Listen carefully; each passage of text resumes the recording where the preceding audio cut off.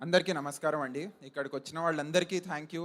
మీరు మమ్మల్ని చూడడానికి, మా సినిమాని చూడడానికి ఆడియన్స్ థియేటర్స్‌కి రికార్డ్ నంబర్స్‌లో వచ్చారు. జూన్ 19థ్ రోజు ఆర్టీసీ క్రాస్ రోడ్స్‌లో దేవి థియేటర్‌లో మేము 2 పీఎం షోకెళ్ళాము టీమ్ అంతా.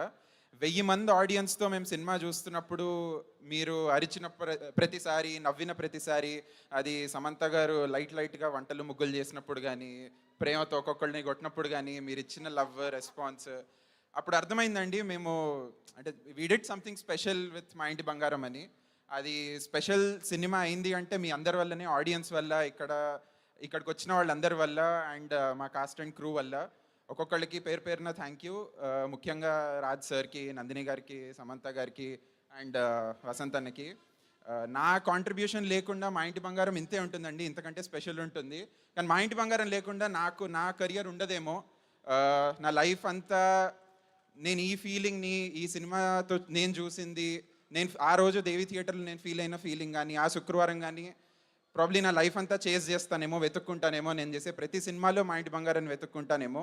సో, ఆ ఫీలింగ్ ఇచ్చినందుకు once again Raj sir, Nandini గారు, సమంత గారు, వసంత్ అన్న and everyone, all the cast and crew, every single person cinema చూసినందుకు చాలా చాలా థ్యాంక్ యూ. ఈ వీకెండ్ కూడా లాంగ్ వీకెండే. మీరేమన్నా చేయాలి అనుకుంటే సినిమాకెళ్ళండి. మా ఇంటి బంగారం చూడండి. ఫస్ట్ టైం చూస్తే సెకండ్ టైం చూడండి. Thank you so much. Thank you so much for your incredible work Vasanth గారు అండ్ ప్రహాస్ గారు.